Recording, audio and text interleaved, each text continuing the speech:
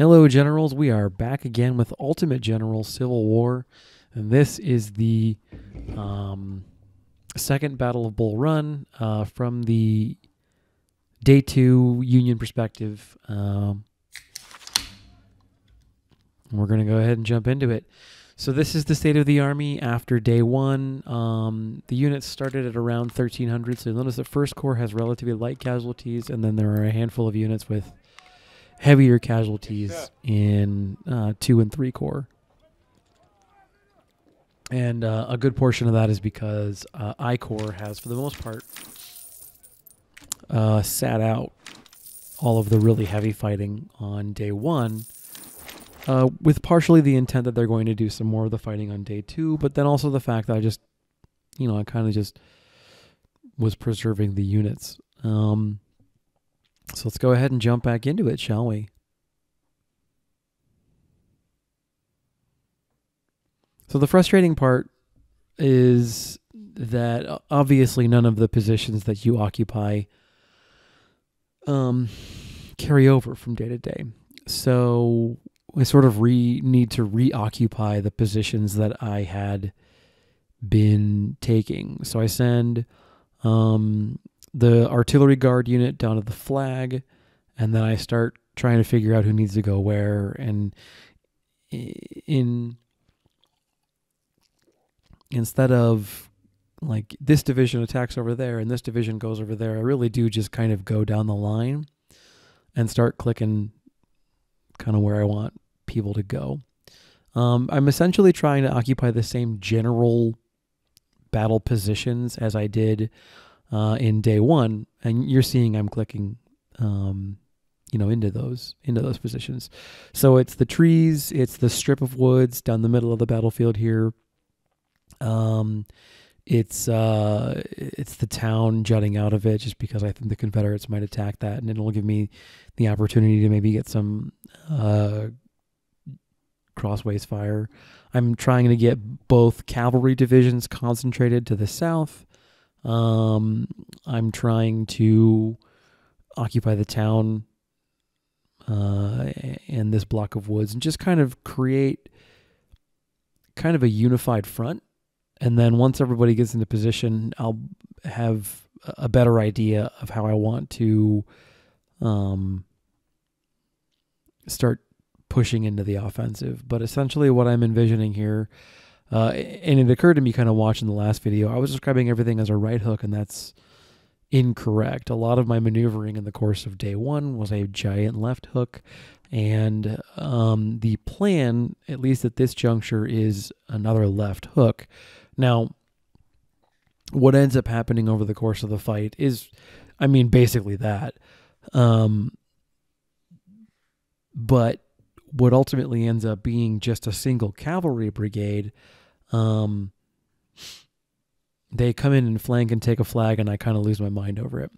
So I launch kind of a more expensive than I think it would ultimately need to be attack on the central flag, because I'm nervous about, well, what does that mean if I don't have that flag? Do I lose the battle? And I don't want to replay it because I'm already 2 hours into this, and it's been a few days now since I was playing it, but when I recorded the audio for Day 1, I'd basically just finished playing the whole battle of Second Bull Run, and then, made a coffee, hit the bathroom, that kind of thing, and then jumped in and just started recording the audio for the Day 1 portion. And a lot of why I split it off into 2 videos is it was like, oh God, this is going to be, the length of a movie. There's no sense in having you guys sit through all of that. So right off the bat, one of the very exciting things for Day 2 is that for whatever reason, the Confederates are leading with artillery out in the open. And so I start running my dudes forward to try and get off some pot shots into that cannon battery. And, referencing my discussion from the Day 1 video, I still don't know. I will wholeheartedly admit I had an accounting midterm, so my focus was on that. I have not looked at all into, did they organize artillery brigades or divisions or any of that nonsense. I know that there have been, in the modern era, there are full regiments and divisions of artillery, but anyway, I don't know if it was a thing. I get the impression it was not.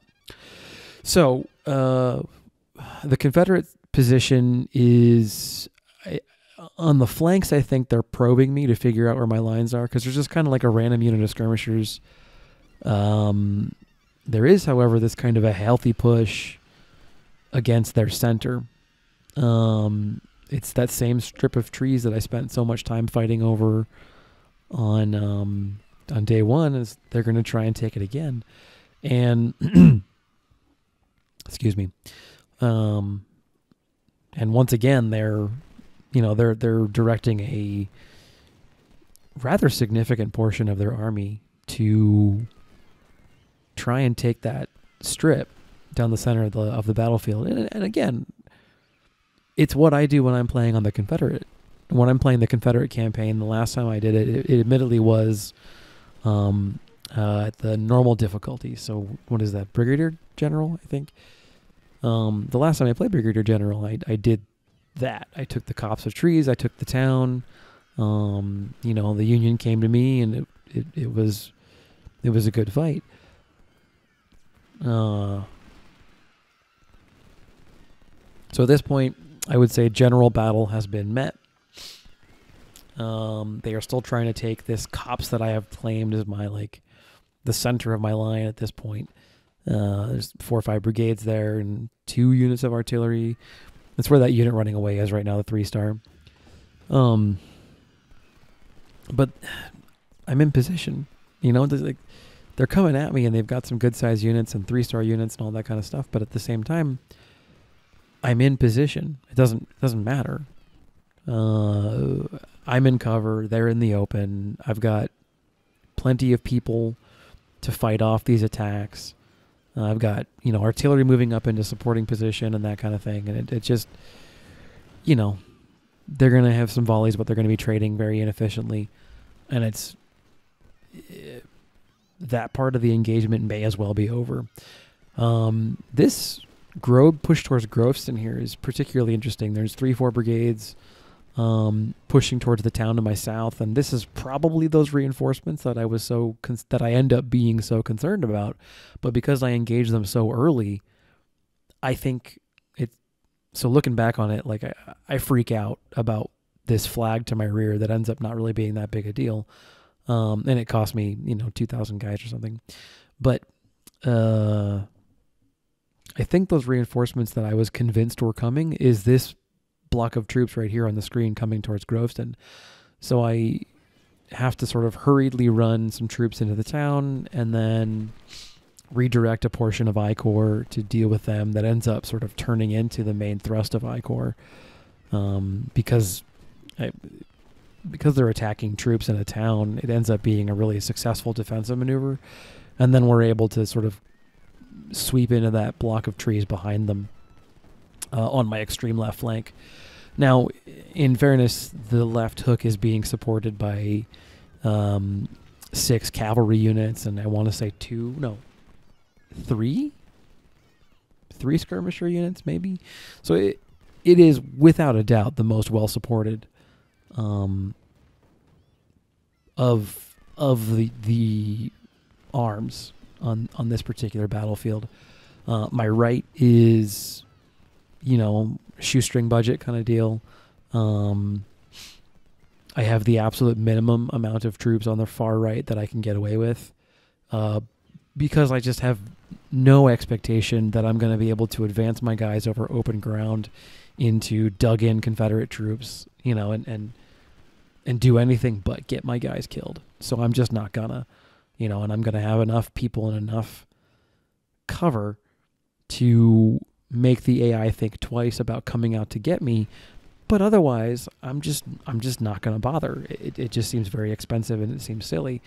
So we do have a very kind of, I like it. There's a very exciting engagement just across the line.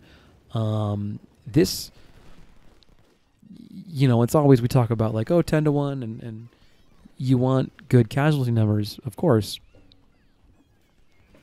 I had so much fun playing this battle, and a lot of what I think made this battle fun is that it was a slog. And you'll see when we get to the camp screen, because I do show it a little bit. Every single unit in 3 Corps picked up their star. Every single one, with the exception of the artillery guards, who I wasn't intending on bringing as a real unit anyway. So every single unit in 3 Corps got their star. I did have, speaking about army management, I did have a point that I brought up that something Compass has already spoken to in the comment section below day 1. So I was concerned about whether or not I should make 3 Corps into a genuine combat unit or not. And my remembrance of the last time I played this campaign, which in fairness was at the Brigadier General level, no, it was actually at Colonel. The last time I played this campaign past here was Colonel.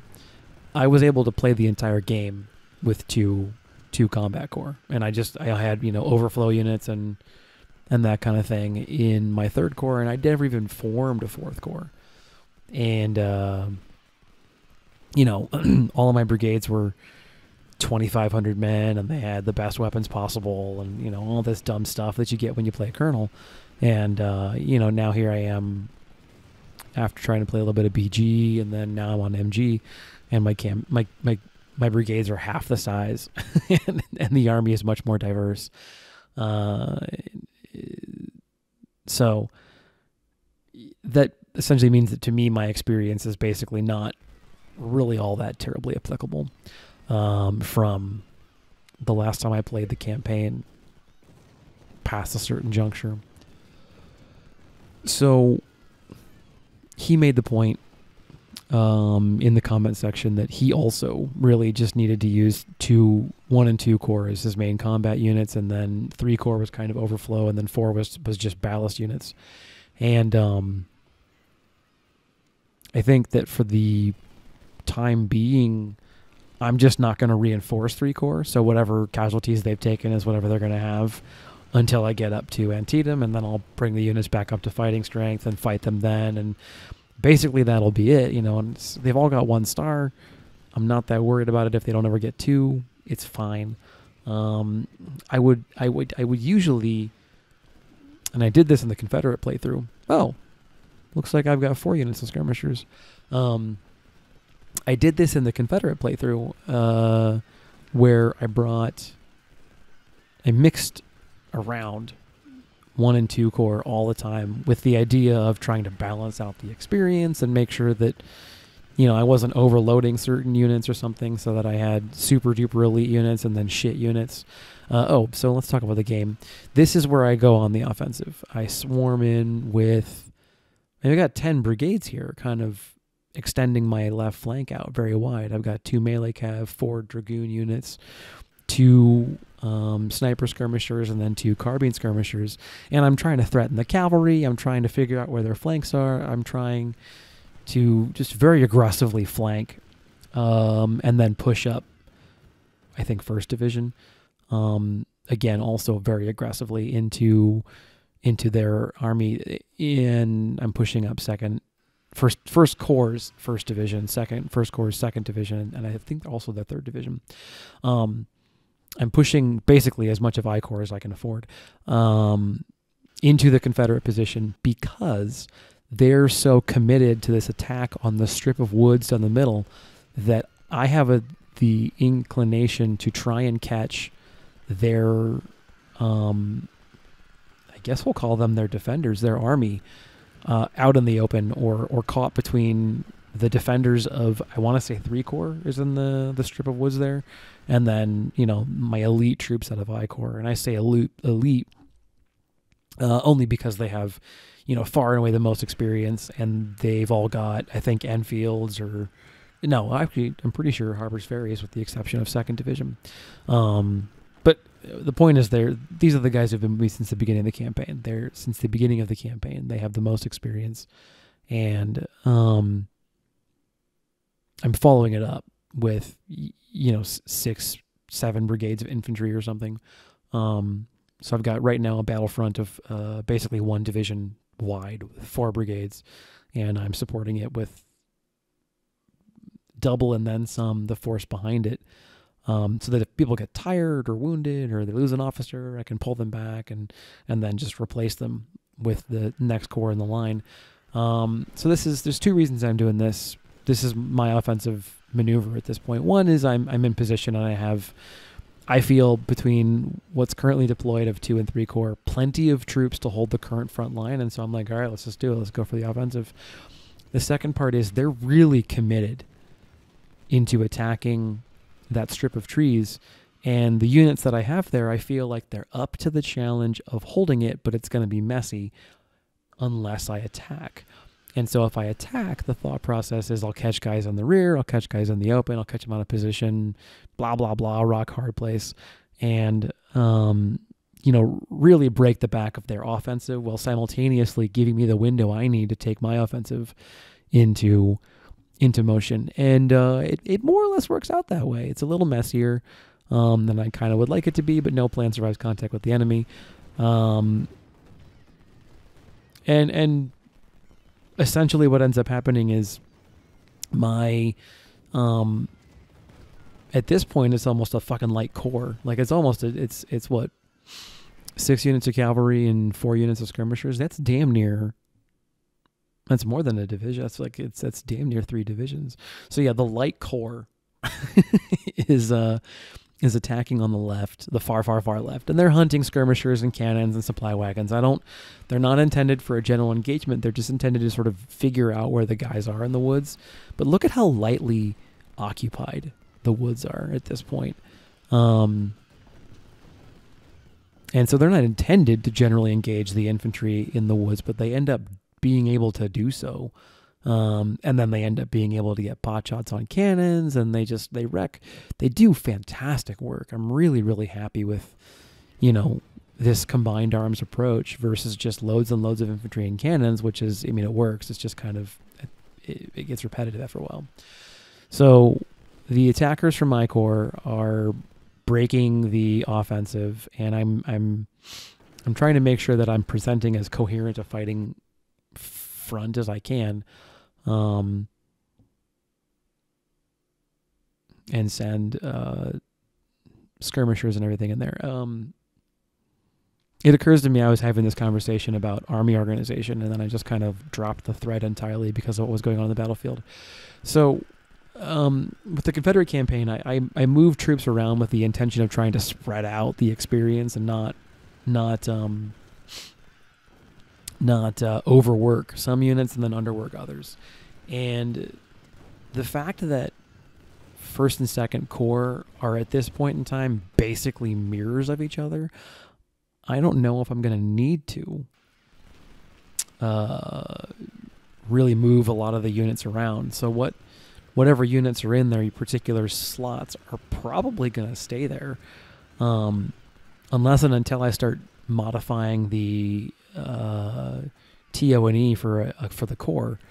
So the places where I might make modifications is I may think about adding more cavalry units to each corps, but that may not be warranted. We'll see. I feel like 3's probably enough. There's a nagging wish in my mind to think about jumping up to adding a 4th in each corps, but I don't know if I'm there yet. So, we'll see. It's not a thing I've done yet, and I've cleaned the army up for the Antietam campaign, preparing to move into that. Once, probably not tonight, once I'm done recording this, but we'll see. So I'm not planning on doing it for the Antietam by Antietam, but I could see myself wanting probably a 2nd traditional cavalry unit, so it's 2 and 2, just because I'm a pretty firm believer in redundancy, and whatever. So an interesting thing develops on the right as well. I don't intend to attack on the right, but they keep coming to me, and the units of theirs keep breaking.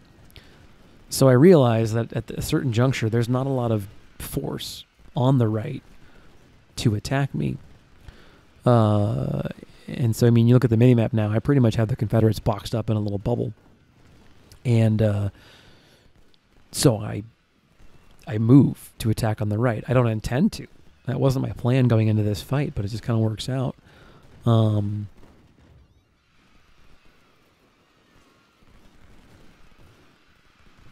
then, I guess I was talking about it in the day one video, where you win it in the center, but you see it in the wings. And they've continued to draw more and more and more of their forces from the wings to support the defense of this flag. And I'm being stupid, trying to keep the noose closed right now. I've got light forces engaged with conventional heavy units, which is a mistake, because I'm not supporting the light forces with enough of a conventional attack, because I correctly read the ground as being, the battle's over, but the army still has some gumption. So I want to launch the attack, but I correctly read the ground as not being ready for it yet with my main army, but I'm still pushing my light troops to press the attack, to get them in there. And the snipers do a good job, and the sharpshooter unit does a good job, and the dismounted cavalry units are just freaking monsters in this scenario. So they're up to the task, but I should be supporting this attack with more than I currently am. Or alternatively, I should not be launching this attack. Either one of those is a viable answer. And right now I'm choosing the worst of all possible grounds. Where I've got my light forces engaged to the rear, and I'm relying on skirmisher snipers to sort of pin any kind of attack before it gets off the ground. And again, that works. It's not that it doesn't work; it's that it's inefficient. So I should be attacking from my center now, and I'm not. These swarm of skirmishers in their rear works, but if I had, so I do push the attack. The swarm of skirmishers in their rear does work, but if I was supporting all of that with a proper, general infantry attack or more troops or whatever, I wouldn't be taking as long or require as much finesse or taking the losses I take in the light units. To see some of that stuff through. And that's what I talk about when I say, it's inefficient. But the light troops are doing their job to a T.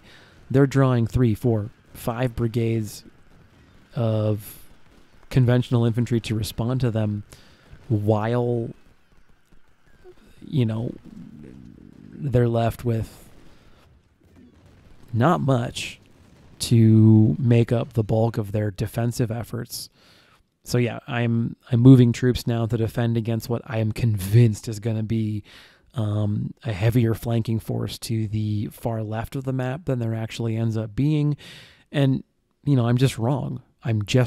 Nothing else comes from that side of the battlefield. I've got way more forces over there than I need, and I'm not defending the flag, which I should be. So, I mean, that's great.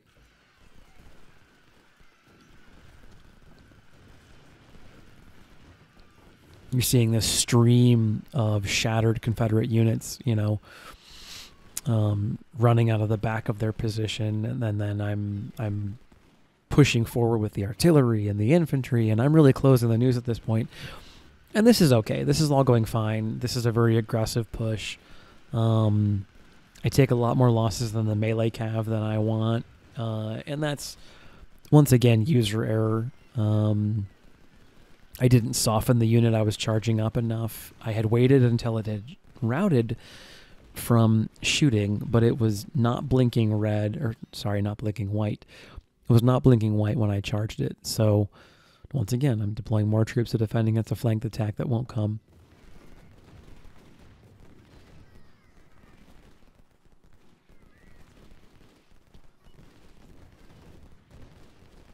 But the snipers get some really great kills here. And yeah, just some notes. You know, when you're playing Second Bull Run for yourself, I would say almost all of this strategy worked exactly as I wanted it to. This battle generally went very well. I get sloppy in the end, and I don't know if that's because I think it's because I get nervous because they capture this flag, and they haven't done it yet in the video, but I'm telling you it's coming. It may also be fatigue. Yep, there it is. So I pause, and I'm very confused as what's going on. I'm like, wait, what? I thought I was on the flag. So I'm checking for the attack coming from the left. Where is it? I don't understand what's going on here. And then now I'm kind of like looking at like what units can go and respond.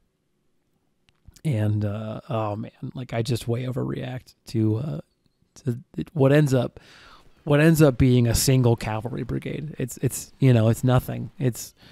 I could send a couple of understrength infantry units and they would handle it, and I send an entire division to try and take this flag back. Or more, honestly, or more. I don't remember how much I end up sending, but it's a lot. It's way more than I need to send. So now I'm nervous that they're going to get that captured unit and they're going to try and rally them or something. And so I'm like, okay, let's get you safe. It's bad. And it ends up being a larger unit of cav with, I want to say Springfield 55 carbines. Or is it Sharp? No, I think it's a Colt? Sharp. I don't remember.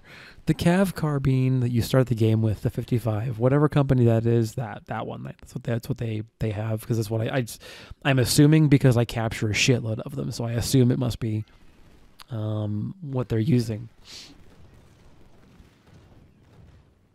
It's just more units streaming out the back of the Confederate Army.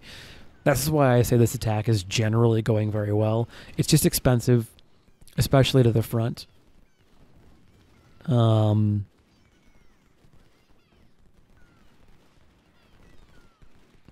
know, and I think part of this is supporting it better with artillery. Part of this is, I don't know, just I'm generally very happy with the battle, but this particular phase of it, the execution could be better. But I mean, you see just continuously this stream of shattered Confederate units just kind of running out the back. So, you know, it's not like it's not going generally well.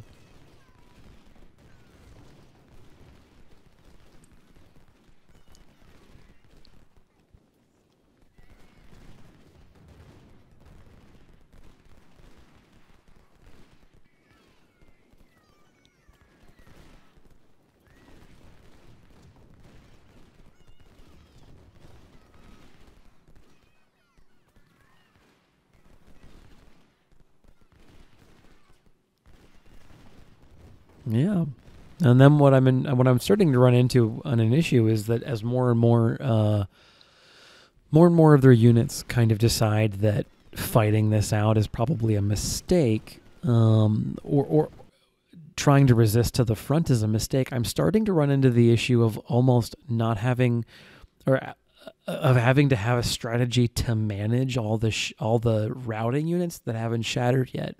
Because if they route, I mean, they can route into melee, which is one of the more frustrating things that this game does. But I mean, whatever. I'm happy with it enough to have put the hours I have into it. If they route into melee, my skirmishers are not at the moment really prepared to handle that, and I don't have any traditional heavy units back there to intercept them or get them in melee. So I kind of have to just give ground, give ground, give ground. And so now I'm like, oh shit, where do I move the the wagons I captured, and how do I have to come up with a plan, essentially, of, oh, these units are routing, but I don't have enough stuff that can sort of just block them. The skirmishers aren't going to do the trick, even with carbines and sniper weapons and whatnot. So yeah, my line units have at this point in time essentially taken their defensive position. I now control both flags again. I'm now sort of fanning out the responder infantry. So this is a bunch of troops who have kind of come over to deal with the cav thrust that I expect to be a larger attack than it ends up being. And I should know better, because I have the red bar at the top of the screen to tell me, like, okay, this is what I'm looking at on the screen is pretty much it. There's not, a division of troops somewhere that I can't see or something. So I should know that it's not any bigger than that one brigade of cav, but I'm still spreading out in the south because it seems like good, best practice or a good idea or something. And I'm trying to move my cav and my artillery and everything so that they're not going to be able to launch any kind of successful counterattack on this flag. Not that I really expect that they'd be able to at this point. I outnumber them, I outgun them, I outposition them. They're in the open. They've got no officers. They've got no artillery. They've got no supplies. And what's even worse is if you look at this position from a realistic military perspective, it's even worse. Their retreat's cut off. There's nowhere for them to go, and in a real life situation, every single one of these guys would at this point in time probably throw down their gun and just be captured. And that kind of POW figure would be catastrophic politically for the Confederate cause. That's the opening I'm looking for, and that this ends up getting me the casualties that I end up eating in the cav unit. Is, I'm looking, there's a routed unit, and there is, but they're too far away, and it takes me too long to make contact. And when I do, these guys are running away at the speed of light. And of course, by the time that I do that, one of the units that had routed a second ago, now decides, like, oh, maybe I can throw together a quick volley, and it cost me half of a unit or something, which is, it's just user error. I got excited. I was like, oh, I'm going to be able to get one. And I'm like, I really want to level up the melee skill on some of these cav units. So I thought, like, I'd get it, and I don't.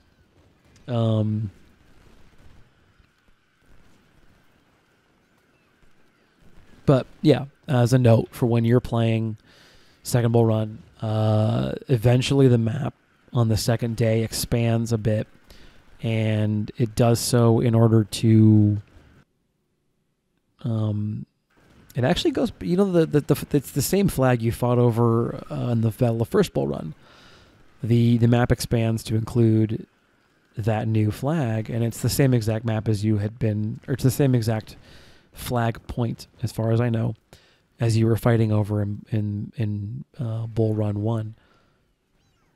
So here's the cav unit. It's a little over 1,000, which is probably a direct result of how much cavalry I've got in my army. But yeah, he's got nowhere to go at this point. I've got enough infantry units formed and ready to meet him that there's not much he can do. I decide that skirmishers shouldn't be doing this job by themselves. I start pushing out line infantry to meet the battered Confederates, and start trying to wipe up what's left. And I mean, we're near the end of the video. There's not a whole lot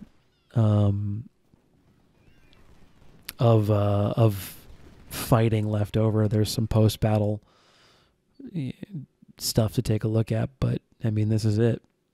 We're wrapping them up.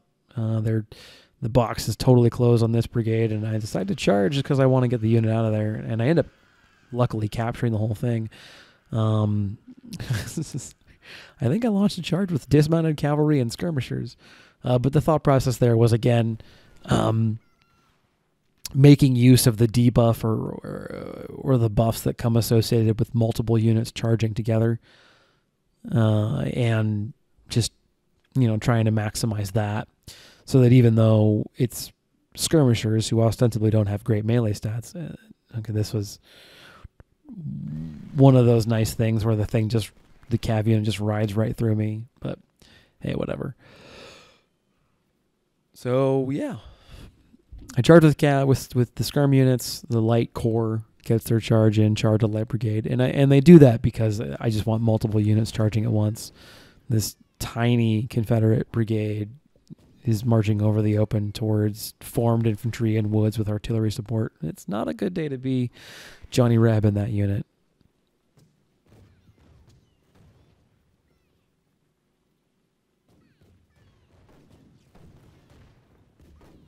Goodness, look at that artillery. Just wrecking them. Skirmisher swarm is a tactic. I wish there was a way I could queue up double line. It's then another thing. So the historical gamer lately has been streaming a lot of Sid Meier's Gettysburg, and obviously the game hasn't aged mega well. Like it's a 20-year-old game. It just, the art assets aren't great, and the game is, it's not aged that well. But there's a couple things here and there, some quality of life things. So one of them is the double line. I'd love to see double line as a supported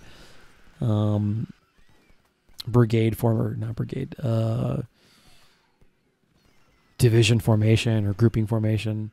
And then also road column. I think I've talked about this. I'm pretty sure Spectrum's talked about this. I'm 99% certain that Historical Gamer himself in one of his videos has talked about road column. So, I'd love to see road column find its way into a future iteration of this kind of a game, or as an update later on or anything. But, we'll see. So we're coming up on the end of the video, or the end of the battle portion of the video. We'll do the post-game screen. Briefly, the Twitter account for the game studio that runs this, that made this game, Game Labs, they tweeted some art assets of a couple of battleship or they look like Great War era or possibly pre-Dreadnought ships of armored cruisers probably. And then they finished the Twitter picture with Ultimate Admiral, which okay, so here's the post-battle screen. So a little over 10,000 to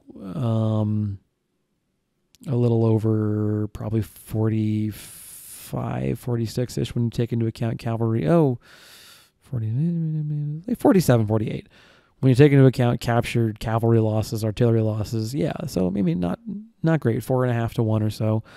Some deceased, some wounded, but promotions like all over the place. I think somewhere in here a captain bypassed major all the way and went up to light colonel. Yeah, there it is. Victor Marshall bypasses major all the way and goes to light colonel, which is fantastic. Anyway, so I'm looking at the officers that get promoted. There's a whole bunch of them. It's excellent. Ultimate Admiral. This sort of game, but applied to ships, would be very interesting. So, we'll see. I capture a shitload of Sharp 55 for the Cav carbines, a couple of random shotguns, which I'll never use ever, a shitload of Harper's Ferries, which is fantastic. And spoiler alert, the Army has a lot of Harper's Ferries going forward in the next part of the campaign. So that's Antietam. It's basically applies the day one strategy, continue working on your left hook, except that there's going to be some reinforcements, but you're otherwise fine. So not a lot of new stars in I Corps. They didn't really need to have room for them. A bunch of units picked up their second star or their first star in 2 Corps, and every single unit except the artillery guards who just sat there twiddling their thumbs the entire battle picked up a star in 3 Corps. So You know, with the exception of my concerns about the heavier casualties than I feel like I would have liked to have had in the center attack towards the end. I think I'm ecstatic with how the army performed here, and we are preparing for Antietam, where I will need 3 combat corps, and I am confident that I can provide that. I'm going to see if I can't even get one of those reserve corps. I don't know if I need it, though, but we'll see. Anyway, I had a blast. I hope you guys did, too. This is a second bull run, and it's Fiasco. Signing out.